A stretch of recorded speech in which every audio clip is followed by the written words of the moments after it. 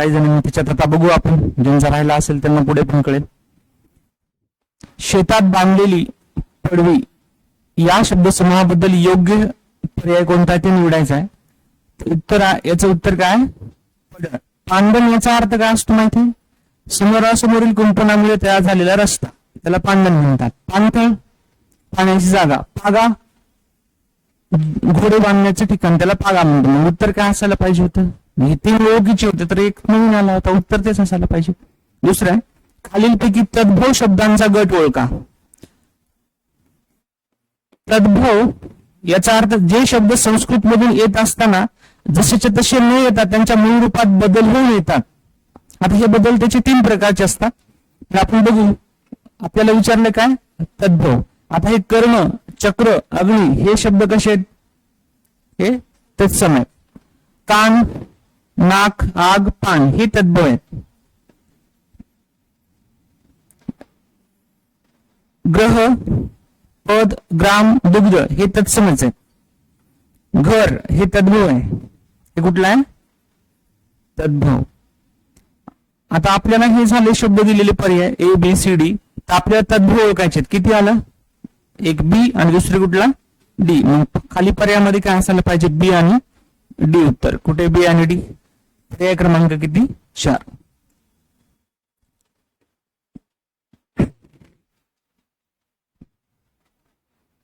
पुन्हा पहा. हाल अपेष्टा सहन करण्याचा गुण या शब्दसमूहाबद्दल खालीलपैकी कोणता शब्द योग्य आहे? कष्टाळूपणा, हालाकीचे जीवन आणि तितिक्षा. तर उत्तर काय असेल? हाल अपेष्टा सहन करण्याचा गुण म्हणजे कोण असतो? तितिक्षा. खालीलपैकी विरुद्ध अर्थी अयोग्य शब्द जोडी ओळखा. इथे काय ओळखायची? अयोग्य. योग्य नाही, अयोग्य ओळखायची. बघू आता. दातृत्व आणि नेतृत्व. दातृत्व याचा अर्थ असतो देणारा, त्याच्या विरुद्ध असतो कंजूसपणा किंवा कवडी चुंबक. म्हणजे हे योग्य विरुद्ध अर्थाची अयोग्य जोडी आहे का? हो, ही अयोग्य जोडी आहे. दांभिक याचा अर्थ असतो आणि याचा विरुद्ध अर्थ प्रामाणिक. दांभिक म्हणजे ढोंगी मनुष्य, ढोंगीच्या विरुद्ध कोण असतो? प्रामाणिक. याचा अर्थ ही विरुद्ध अर्थाची योग्य जोडी आहे. हे पर्यायात आपल्याला खाली येणार नाही. थिटा म्हणजे कमी आणि लांब हे योग्य जोडी आहे. म्हणजे ही योग्य जोडी आहे, ही पण योग्य जोडी आहे. दमट, दमटच्या विरुद्धार्थी उष्ण येत नसते, तर उष्णच्या विरुद्धार्थी कोण असते? शीत असते. ही विरुद्धार्थाची योग्य जोडी आहे का? नाही, ही पण योग्य जोडी नाहीये. मग आपल्याला अयोग्य जोड्याच ओळखायच्यात. ही अयोग्य, ही अयोग्य. असं कुठे अ आणि ड? पर्याय क्रमांक किती मध्ये? 4 नंबर मध्ये. चला.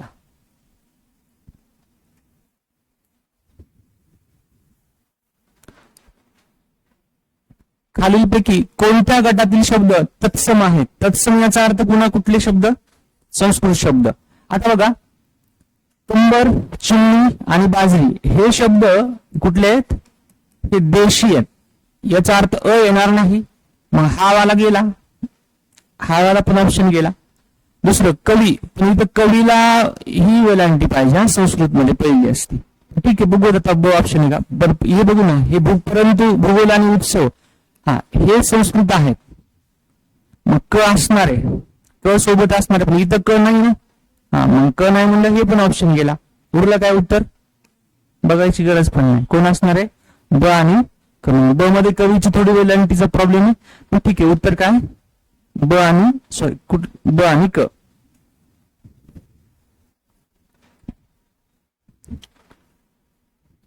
आता हा उतारा होता 5 मार्काला असतो. आपण अगदी सोपा होता. कितीपर्यंत? 5 ते 10. ओके. आता हे पहा, अवकृपा, अवगुण किंवा अवगणना, अवगत या शब्दातील अव हा उपसर्ग पुढीलपैकी कोणत्या भाषेतून आलेला आहे? तर अवकृपा, कृपाच्या विरुद्धार्थी काय असतो? अवकृपा. गणना, अवगत आणि अवगुण या शब्दामध्ये कुठला उपसर्ग आहे?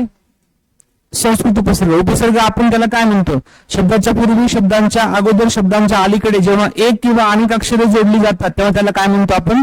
उपसर्ग असं म्हणतो. हा उपसर्ग कुठला आहे? संस्कृत मधला आहे. तसेच हा उपसर्ग तुम्हाला मराठीत सुद्धा काय होतो, आढळतो. इथं विरुद्धार्थी शब्द तयार करतो, पण इथं कमीपणा या अर्थाने मराठीत वापरला सुद्धा जातो. च्यवनप्राश म्हणजे साक्षात बलसेवनच. हे काय, इथं कोणत्या शब्दशक्तीचे उदाहरण आहे. तर हे अशा असंच तुम्हाला मी लिहून दिलेलं आहे. आता बघा, शुद्धा उपादान, शुद्धा सारोया नाहीये, तर इथं काय असायला पाहिजे होतं, सारोपा. ओके. लक्षण लक्षण आणि शुद्धा साध्यवसना. साध्यवसन होणे याचा अर्थ काय टाकणे, काढून टाकणे, लोप करणे असा अर्थ होतो. इथं काही काढून टाकलंच नाही. मग आता ही आहे च्यवनप्राश खाणे म्हणजे साक्षात बलसेवनच. ही उत्तर काय असायला पाहिजे, सारोपा, शुद्धा, प्रयोजनवती, लक्षणा, शब्दशक्ती. पर्याय क्रमांक असं कुठं होतं, फक्त बरोबर, बाकी सर्व चूक. 2 नंबर. जी लक्षणाशक्ती कार्यकारण भावावर आधारित असते तिला आपण काय म्हणतो, शुद्धा. आणि जी गुणांवर आधारित असते तिला आपण काय म्हणतो, गौणी. असे 2 प्रकार आहेत. हे काय, शब्द उच्चारताच विशिष्ट आकृती वा वस्तू आपल्या मनचक्षु पुढे येते त्या शब्दशक्तीला काय म्हटले जाते. मला सांगा, एखादा शब्द वाचल्याबरोबर त्याचा तुमचा अर्थ प्रगट झालाय तर तुम्हाला लगेच कळणार आहे याचा अर्थ, जो शब्द वाचला तसाच आहे, याचा अर्थ ही कोणी, अभिधा शब्दशक्ती. मग 1 बरोबर, बाकी सगळं चुका असं पाहिजे कुठतरी. पर्याय क्रमांक किती मध्ये, 1 मध्येच आहे. चला,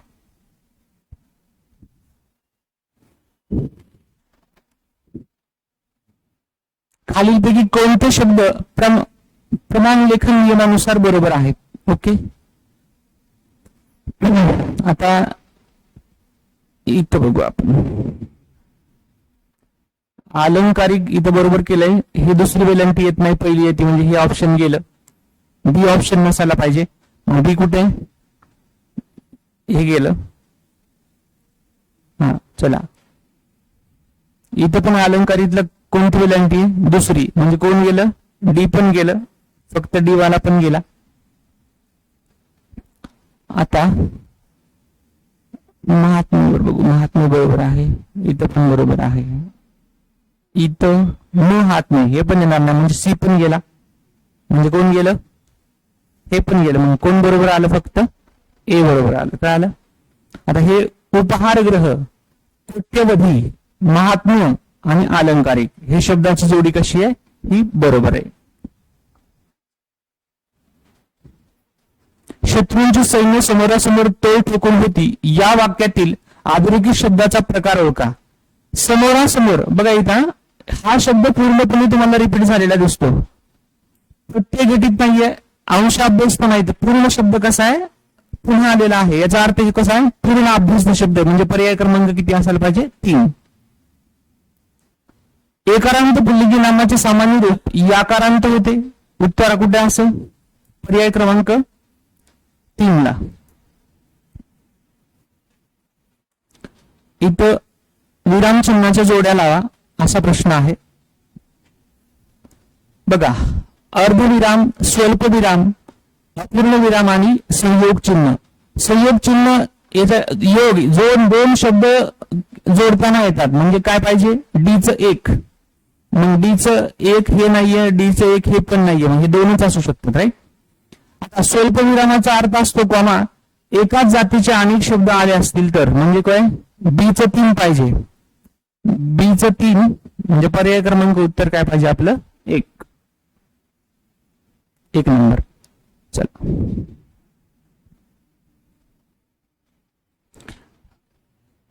हा प्रश्न बघून घ्या जरा, प्रयोगावरती आहे. भावप्रयोगात क्रियापदाचे रूप कर्ता किंवा कर्म यांच्या लिंगवचन पुरुषाप्रमाणे बनलेले असते. चूक. भावप्रयोगातील क्रियापद तृतीय पुरुषी नपुसकलिंगी एकारांताने स्वतंत्र असते.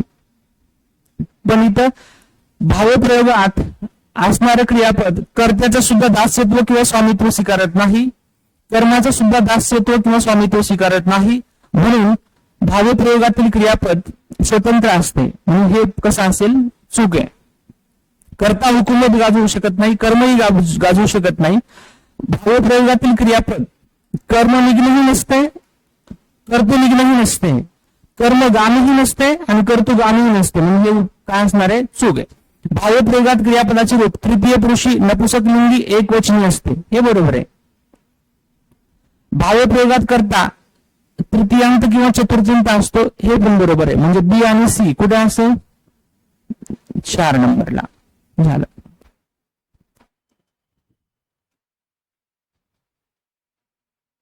स्वरांचे प्रकार आणि जोड्या लावा.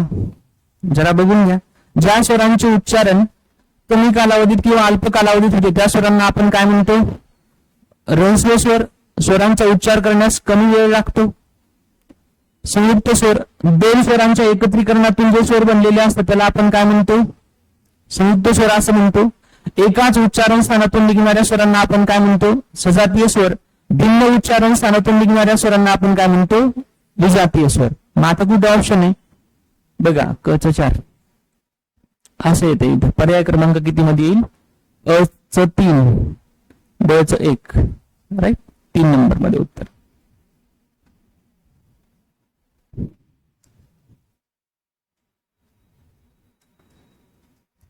हा, हे आठवत असेल काही जणांना. अग, अरे, अहो आणि ए. आता बघा हे शब्द कोणते? तर खाली 4 पर्यायात संमतीदर्शक, प्रशंसादर्शक, संबोधन दर्शक. तर उत्तर काय असायला पाहिजे? हे संबोधन दर्शक. आता बघा, एखाद्या लग्न झालेल्या महिलेला पतीला जर आवाज द्यायचा असेल तर ती काय म्हणणार आहे? अहो. बरोबर आहे की नाही? मी तुम्हाला हे पण सांगितलं होतं, तुम्हाला एक गीत पण सांगितलं होतं. कोणतं? अगा करुणा करा. इथं अग आलंय पण इथं मी तुम्हाला सांगितलं होतं अगा करुणा करा. किंवा मी तुम्हाला इथं हे पण सांगितलं होतं, हे सुरांनो चंद्रवा. हे इथं अशा प्रकारचे जे शब्द असतात हे काय असतात? संबोधन दर्शक असतात. चला, उत्तर काय असेल? संबोधन. पुन्हा बघा पुढं, लिहून पूर्ण करा. घर सारव तर म्हणते शेणच नाही, अंगणाकडे कोणाडे किती, आज नको उद्या करते. तर उत्तर असेल घर सारव तर म्हणतो कोणाडे किती. आता ते अंगणाकडेच काय? नाचता येईना अंगणाकडे. तुम्हाला माहिती, म्हणजे याचा काय अर्थ काय? घर सारव तर म्हणते किती, काय कोणाडे किती आहेत. तर उत्तर पर्याय क्रमांक काय असायला पाहिजे? 3 नंबर. उचलली जीभ लावली टाळाला, म्हणजे विचार न करता बोलणे. कुठे असेल? हा, पर्याय क्रमांक 1 ला. म्हणून पुन्हा पूर्ण करा. अशाच प्रकारचा प्रश्न आहे. ज्याचं करायला जावं भलं ते म्हणतो माझंच खरं. कुठे असं बघा बरं? 2 नंबरला कुठं नाही? ज्याचं करावं भलं तो म्हणतो माझंच खरं. तो म्हणतो माझंच खरं. पर्याय क्रमांक किती मध्ये? 2 मध्ये. चला. दिव्याखाली अंधार. दिवा लावल्याशिवाय अंधार जात नाही. मोठ्या माणसाच्या ठिकाणी दोष असतात. दिवावर तर अंधार खाली असतो. अंधार घालविण्यासाठी दिवा लावला जातो. तर हे असं काही नाही. तर उत्तर काय असेल? मोठ्या माणसाच्या ठिकाणी दोष असतात. कुठे असं? फक्त ब बरोबर, बाकी सर्व चूक आहे का? असं ब बरोबर. चला, हे रिपीट आहे. 500 रुपये ही काही लहान रक्कम नव्हे. ऍज इट इज आहे. Repeat, right. तर आपण तुम्हाला सांगितलं होतं की वाक्य परिवर्तन करत असताना याच्या विरुद्धार्थी शब्द सांगा. लहानच्या विरुद्धार्थी काय असतो? मोठा. आणि नकारार्थीला काय करायचं? होकारार्थी. 500 रुपये ही काही मोठी, ही काही लहान रक्कम नव्हे. याचा अर्थ ही कशी आहे? म्हणून मोठी रक्कम आहे. असं कुठे बघा बरं? हा, हे 2 नंबरला झालं. सुदेशची टवाळी करणे रमेश कधी बंद करेल? आता टवाळी करणे याचा अर्थ खोडी काढणे. बट्टा लावणे याचा अर्थ दोष लावणे. काय असते? दोष. तर हे बी येणारच नाही. गेलं. टोपी उडविणे प्रतारणा करणे. आता याचा जो अर्थ आहे तर टोपी उडविणे याचा अर्थ मस्करी करणे असं होतं. म्हणजे आता एखाद्याची आपण मस्करी करत असतो, मजा घेत असतो, तर त्यावेळेस असते असं. तर उत्तर खोड काढणे हे थोडस एवढं परफेक्ट बसत नाही, त्याच्यासोबत जुळत नाही. उत्तर टोपी काढणे आणि प्रतारणा करणे हे थोडं संदर्भानुसार सापडतात. उत्तर असे आहेत का बरं? बघा बरे जरा सीडी वाले. दोन ऑप्शन नाहीत, दोघांपैकी एक चूज करायचं आपल्याला. तर या दोघात कोणतं जरा जास्त जुळते? खोड काढणे, टोपी उडवणे, प्रतारणा करणे. तर जाऊ आपण कोणासोबत? सी सोबत. ओके, चला. जीव मुठीत धरणे या वाक्यप्रचाराच्या समानार्थी वाक्यप्रचार शोधा. गर्भगळीत येणे, अंगावर काटा येणे किंवा काठा उभा राहणे, फोफे येणे, बोबडी वळणे. आता गर्भगळीत येणे, भीती वाटणे, अंगावर काटा येणे किंवा शहारा उभा राहणे असं आपण म्हणतो. तर उत्तर फोफे येणे म्हणजे कॅन्सल केलं आपण, सी उडवलं. तर सी कुठं जाते बघा बरं, फक्त सी. इथे पण जाते आणि इथे पण जाते. ओके, तर इथे सी सोबत कोण जाते? ए जाते. ए नाही जायला पाहिजे, म्हणजे उत्तर काय पाहिजे आपलं मग? 3 नंबर. किती पाहिजे? 3 नंबर. सर्व बरोबर नाही येणार. पुढील समानार्थी वाक्यप्रचारातील चुकीच्या जोड्या ओळखा. चुकीच्या जोड्या ओळखायच्यात, म्हणजे योग्य नाही, चुकीच्या ओळखायच्यात. पाणी पाजणे याचा अर्थ पराभव. माता इथे तहान भागवणे असा अर्थ आहे. तसा असेल का? नाही, मग ती चुकीचीच आहे. म्हणजे चुकीच्या मध्ये अ येणार आहे, म्हणजे इथं अ नाहीये ते कॅन्सल करा. इथं अ आहे का? नाही, म्हणजे हे ऑप्शन तुमचा येणार नाही. डोक्यावर मिरे वाटणे याचा अर्थ डोक्यावर बसणे. बर. हात मिळवणी करणे, हात मिळवणी करणे याचा अर्थ सहमती असणे किंवा सहमती, म्हणजे हात मिळवणी करणे म्हणजे नमस्कार करणे असं होते का? नाही, म्हणजे याचा अर्थ क पण कसं आहे? चुकीचाच आहे. मग इथं क नाही, इथं पण क नाही, राहायला कोण? 3 नंबर. चांगलं उत्तर. संघाला आलेल्या अपयशाचा सारा दोष नियामक मंडळाने कर्णधारावरती दिला. याचा अर्थ काय? खापर, पराभवाचं खापर नेहमीच पडत असतं कोणावर तरी. जर सूर्यकुमार यादवने ती कॅच सोडली असती तर कोणावर फुटलं असतं? सूर्यकुमारवर फुटलं असतं. मग आता इथं काय? खापर फोडणी. माहिती असूनही काहीच माहिती नाही असे दाखविणे या वाक्यप्रचाराचा अर्थ सांगा. कानावर पडणे याचा अर्थ ऐकू येणे, कान फुंकणे याचा अर्थ कोणीतरी काहीतरी लावून देणे, कान उघडणी करणे याचा अर्थ खड्या शब्दात बोलसून येणे, आणि कानावर हात ठेवणे याचा अर्थ माहित आहे पण असं म्हणायचं किंवा मला काय माहित नाही. मग पर्याय क्रमांक किती असेल? 1. आता स्पष्ट दिसत नाही. अतिशय आकर्ण, नास्तिक, प्रताप, अनुरूप, उद्देश, सुकाळ, उपयोग.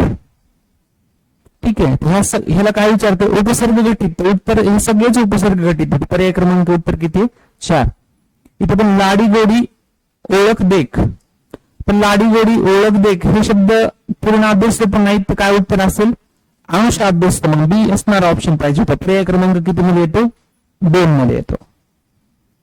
गुण या शब्दाचे विविध अर्थ असलेले शब्द वापरून बनविलेली अचूक वाक्य कोणती? बघा आता गुण. आता मी तुम्हाला भावाचे नाव शिकवताना पण सांगितलं होतं. गुण याचा अर्थ काय होतो? धर्म किंवा काय होतो? भाव. ओके, आणि ज्यात हे भाव किंवा धर्म असतो त्याला आपण गुणधर्मवाचक असं म्हणलं होतं. सदावर्ती पुरुष आहे याचा अर्थ गुणी पुरुष आहे. ठीक आहे. काय? कारले कडूच त्याचा मूळ स्वभाव जाणारा नाही याचा अर्थ इथं काय आलाय? स्वभाव शब्द आला, म्हणजे ते पण ठीक आहे. संगीताने 10वीत चांगले अंक. अंक म्हणजेच काय असते रे? गुण असतात ना. म्हणजे हे पण बरोबर आहे. सुमनच्या हाती पाळण्याची दोरी. काय? पाळण्याची दोरी. ह्या शब्दाचा अर्थ रज्जू. संस्कृत मध्ये याचा अर्थ गुण असं होतं, म्हणजे ह्याचा पण अर्थ येतो. म्हणजे असं आहे का कुठं? 4 ला 4 बरोबर आहे. वरली सर्व बरोबर. मग उत्तर काय असायला पाहिजे होतं? वरली सर्व बरोबर. आणि हे तुम्हाला अजून सापडेल डिक्शनरीत जर बघितलं तुम्हाला हा सापडतो अर्थ. चला, किंवा मोरावाळंबे सरांच्या ह्याच्यात पण आहे. देव आले कोणती संधी आहे? देव अधिक आले बरोबर काय असेल? बरोबर काय असेल? देव आले. मग कोणती संधी आहे? सजातीय सोयसंधी. इथं कोण आले? अ अधिक इथं कोण आले? आ. म्हणजे दोन एकाच उच्चारण स्थानातून निघतात. त्याचा अर्थ सजातीय सोयसंधी आहे. दीर्घत्व स्वरसंधी आहे. म्हणजे उत्तर काय असायला पाहिजे होतं? पर्याय क्रमांक 1. य हा वर्ण पुढीलपैकी कोणत्या गटात बसतो? कंठवर्ण, तालव्य आणि दंत्य. त्यापैकी हा कोण आहे? अर्धस्वर आहे. तर तालव्य पण मध्ये येतो, पण उत्तर जवळचं कोणतं आता? अर्धस्वर. माझ्याने हे काम होणार नाही. आता हे प्रश्न थोडा संदिग्ध आहे. आणि आता बघा कसं असतं उत्तर. हे माझ्याने हे काम होणार नाही हे वाक्य खालीपैकी कोणत्या प्रयोगाचे उदाहरण आहे? आता इथं पर्याय बघा. प्रधान कर्तृक कर्मणी. प्रधान कर्तृकचं लक्षण असं असते की ने किंवा नी प्रत्यय असतो आणि शुद्ध तृतीयामध्ये त्याची विभक्ती असते, पण इथं शुद्ध तृतीया नाही. गौण कर्तृक कर्मणी. आता गौण कर्तृक कर्मणी ठीक आहे, पण गौण कर्तृक मध्ये हे पण येतो आणि हे पण येतो. एकदा आयोगाने असं प्रश्नाचं एक दिल्या पर्यायात बघितलं तर उत्तर गौण येतात, हे दोन्ही पण आहेत. दोघात निश्चित कुठला नाही, तर गौण कर्तृक आहेच पहिल्यांदा तो. त्याच्यात शक्य कर्मणीमध्ये क्रियापदाला व किंवा व प्रत्यय लागावा लागतो, तेव्हाच तो शक्य होऊ शकतो. आणि नवीन कर्मणीमध्ये करता हा शब्दयोगी अव्ययांत लागतो. काय लागतो? शब्दयोगी अव्ययांत. सध्या तरी तुर्तास काही जणांचं म्हणणं शक्य आहे, नवीन आहे. मी एवढं सांगतो की हा गौण कर्तृक कर्मणी प्रयोगातला प्रकार येतो.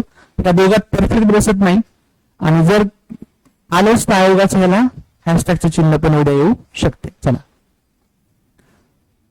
आता ह्याला बघायची गरजच नाही. हे काय उद्गारवाचक चिन्ह आहे, मग काय असायला पाहिजे? उदाहरणार्थी नाहीये. उदाहरणार्थीचं वाक्याचं काय असते? स्थळ, काळ, वेळ सांगणारी शब्द उदाहरणार्थीमध्ये येत असतात. आणि प्रश्नार्थक असते की एक तर शेवटी प्रश्नचिन्ह असते, किंवा माहिती काय माहिती मिळवणे हा प्रश्नार्थक वाक्याचा उद्देश असतो. आणि उद्गारार्थी नकारार्थी आणि उद्गारार्थी होकारार्थी. होकारार्थी आहे का नकारार्थी? आता म्हणजे उत्तर पर्याय क्रमांक काय पाहिजे? 3 नंबर. चला, पुढीलपैकी मिश्र वाक्य कोणते ते ओळखा. मी तुम्हाला सांगितलं होतं जेव्हा मिश्र वाक्य ओळखायचे असतात तेव्हा वाक्याच्या मधून सुरुवात करा. इथे वाक्याच्या मध्ये सुरुवात होत नाही. कोण आलंय हे येणार नाही, तर वाक्यात काय असायला पाहिजे? सी. जो मुलगा अभ्यास करणार नाही तो पास होणार नाही. मग आता कुठे असेल? फक्त सी बरोबर, बाकी सर्व चूक.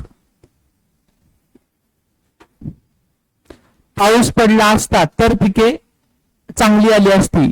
जर तरचं वाक्य आहे. कशाचं? जर तर. मग कोण असेल हे? संकेतार्थी.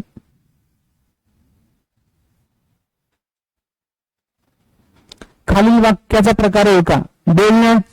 बोलणाऱ्याची माती सुद्धा विकली जाते, पण न बोलणाऱ्याचे सोनेही पडून राहते. आता पण आलंय, काय असायला पाहिजे वाक्य? केवळ वाक्य नाही. उत्तर कोण आहे? संयुक्त वाक्य. कोण असेल? संयुक्त वाक्य. मग पर्याय क्रमांक 2. पुढीलपैकी कोणते वाक्य केवळ वाक्य नाही? काय म्हणते ते? पुढीलपैकी कोणते वाक्य केवळ वाक्य नाही? बघा, वारा आला हे केवळ वाक्य आहे. रामभाऊच्या कुंभाने काल बाजारातून हिरवे कागद आणले हे पण केवळ वाक्य आहे. काय काल दरोडा टाकला हे कनमल. आता का शेठजींच्या घरावर काल दरोडा पडला, इथं कुठलंच कंडिक्शन नाही. याचा अर्थ हे पण केवळ वाक्य आहे. 3 चेक केल्याचं ते उत्तर असते. हे कशाने जोडले? बघा, सर्वनामाने जोडलेले वाक्य. पर्याय क्रमांक 4. मी एकही पत्र तुम्हाला अलीकडे लिहिले नाही. या वाक्यातील कर्म, विधेयपूरक आणि विधेय विस्तार. काय काय ओळखायचे? कर्म ओळखायचे आणि विधेयपूरक आणि विधेय विस्तार. बर, मी अलीकडे एकही पत्र तुम्हाला लिहिले नाही. लिहिणारा कोण आहे? मी. वाक्याचा कोण झाला? हा कर्ता. लिहिलेले काय? पत्र. हे वाक्यातलं काय झालं? कर्म. कोणाला? तुम्हाला लिहिले नाही. बर, एकही पत्र लिहिले नाही. केव्हा लिहिले नाही? अलीकडे. मला सांगा, कर्म पहिल्यांदा काय ओळखायचे? कर्म. कर्मापासून सुरू होणारा बघा बरं पत्र कुठे येतं? सुरुवातीला इथे आलं. बाकीचं बघत बसायची सुद्धा गरज नाही. पर्याय क्रमांक उत्तर किती असेल? 3 नंबर. केव्हा लिहिले नाही? अलीकडे. आणि कोणाला लिहिले नाही? तुम्हाला. मी तुम्हाला सांगितलं होतं कोणाला या प्रश्नाचं उत्तर कोण असते? पूरक असते. अलीकडे, केव्हा, कुठे या प्रश्नाचे उत्तर कोण असतात? विधेय विस्तार. संजनाला आईची आठवण येते, तिचा कंठ दाटून येतो. या 2 केवळ वाक्याचे मिश्र वाक्यात रूपांतर करायचे. मिश्र वाक्य मधून ओळखायचे. बघा इकडं व आलंय की संयुक्त वाक्य आहे, इथं जेव्हा तेव्हा आलंय याचा अर्थ हे वाक्य असायला पाहिजे. बघा जेव्हा संजनाला आईची आठवण असं पाहिजे होतं, पण संजनाला आईची आठवण येते तेव्हा तिचा कंठ काय होतो, दाटून येतो. मग आता हे तेव्हा आले, वाक्याचा प्रकार कोणता झाला इथं, मिश्र वाक्य झालं. हा आंबा चांगला निघाला, कसा, मी तुम्हाला सांगितलं फळे गोड निघाली. मग आता इथे बघा इथे काय ओळखायचं, पूरक, कसा निघाला रे, चांगला, सी पाहिजे. मग पर्याय क्रमांक कुठेच मध्ये सी आहे बघा जरा, पर्याय क्रमांक 3 मध्ये हे उत्तर.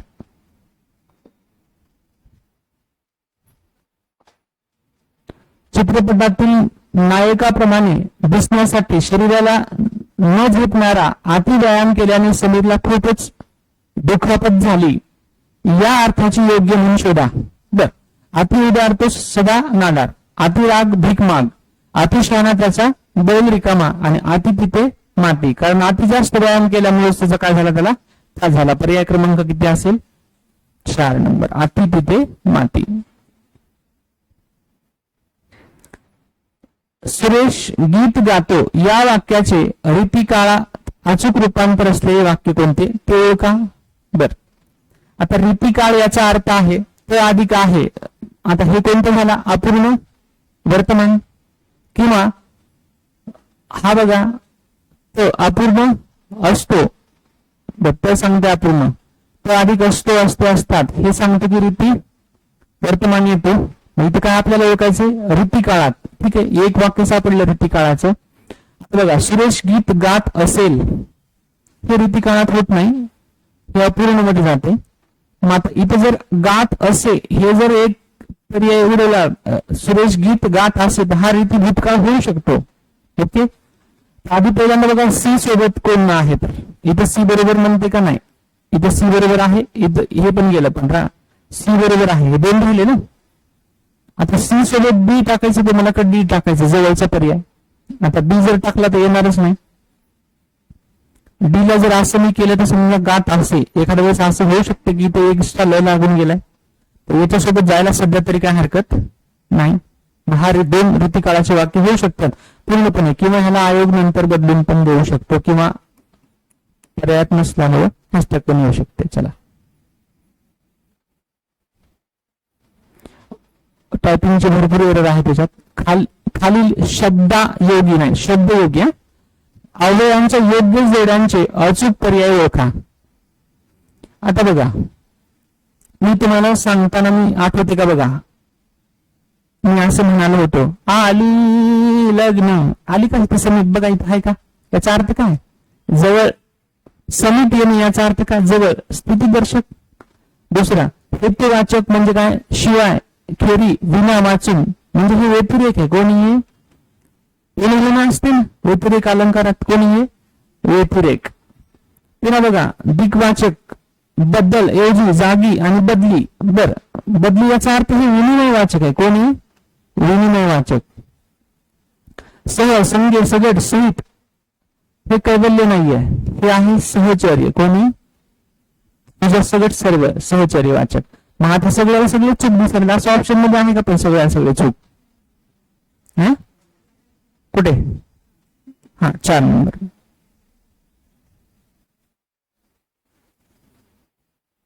कळत न कळत, येऊन जाऊन ही क्रिया विषय पुढीलपैकी कोणत्या प्रकारातील आहे. बर, आता ए हा धातू होता, ऊन प्रत्यय लागला, धातू साधित झालं. जा हा धातू होता, ऊन प्रत्यय झाला. कळ, कळत, आता हे पण कळच आहे, पण इथे नकारार्थी केलंय. ए धातू आहे, जा धातू आहे, याला ऊन प्रत्यय लावलंय. धातू पासून बनलेल्याला आपण काय म्हणणार आहात, हा धातू साधित, असा ऑप्शन पाहिजे. पर्याय क्रमांक किती आहे, 3 झालं. पुढे बघा, प्रत, लागी, लागोनिया, हे पुढीलपैकी कोणत्या प्रकारातील शब्दयोगी आहेत. कैवल्य, भाग, कारण आणि दिक्वाचक. हे काय, दिक म्हणजे दिशादर्शक. हा पर्याय क्रमांक किती असायला पाहिजे याचं, 3 नंबर. कुठलं, 3. वकिली, सौंदर्य, दास्य, गारवा ही कोणत्या प्रकारची नामे आहेत. आता इथं कोणता प्रत्यय लागलाय, ई हा प्रत्यय लागलाय. इथे कोणता लागलाय? य लागलाय. दास्य कोणता प्रत्यय लागलाय? य लागलाय. इथे कोणता लागलाय? वा. मग कोणती असतील तुम्ही सांगा आता. भाववाचक नाम. चाल 50 होते, 50 संपले. अशा पद्धतीने तुमचे मराठीचे होते. आता ह्याच्यात जर तुम्ही बघितलं तर PYQच्या ह्याच्यातून जवळपास जशाला तसे ऍज इट इज 12 ते 13 क्वेश्चन रिपीट आहेत. किती? 12 ते 13 क्वेश्चन रिपीट आहेत. आणि असे काही प्रश्न आहेत जे पर्याय होता मागे तो उत्तरात आला, जो उत्तरात होता तो दुसऱ्या ऑप्शन मध्ये आलाय. असं म्हणून जवळपास 20 क्वेश्चन त्यांनी काढलेत आणि जवळपास 10-12 ते क्वेश्चन काय आहेत? नवीन आहेत. असं म्हणून तुमचे 50 काय झाले क्वेश्चन. आणि पॅसेजचे तर नवीन असतात आणि थोडेफार नवीन असतात. म्हणजे आता हे 2-3 जे प्रश्न असे आहेत की जे थोडेसे संदिग्ध आहेत. काही त्याला आपण म्हणू शकतो की इथं टायपिंग एरर असेल म्हणा किंवा इथं चुकून गलती आली असेल. अजून त्या एक प्रयोगाचा एक प्रश्न तेवढे जर 2-3 सोडले समजा संदिग्धचे वाले, बाकी सगळा पेपर जरा ठीकठाक चांगला होता. अशा पद्धतीचे पेपर जर व्यवस्थित PYQ वर आपली चांगली कमांड असेल, चांगली पकड असेल तर मार्क चांगले यायला काही हरकत नाही. म्हणून PYQ तुमचे जेवढे चांगले असतील तेवढा तुमचा स्कोर चांगला येतो. PYQ चे प्रत्येक विधान तुमच्या अशा पद्धतीने लक्षात पाहिजे की वाचलं म्हणजे ते लगेच कळायला पाहिजे की हा आलाय. ओके, अशा पद्धतीने हा पेपर होता.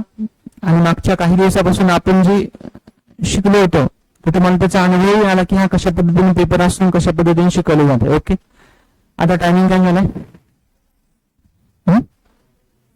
10:05. ठीक आहे, आजच्या तारखेत आपण थांबू. पेपर 2 मध्ये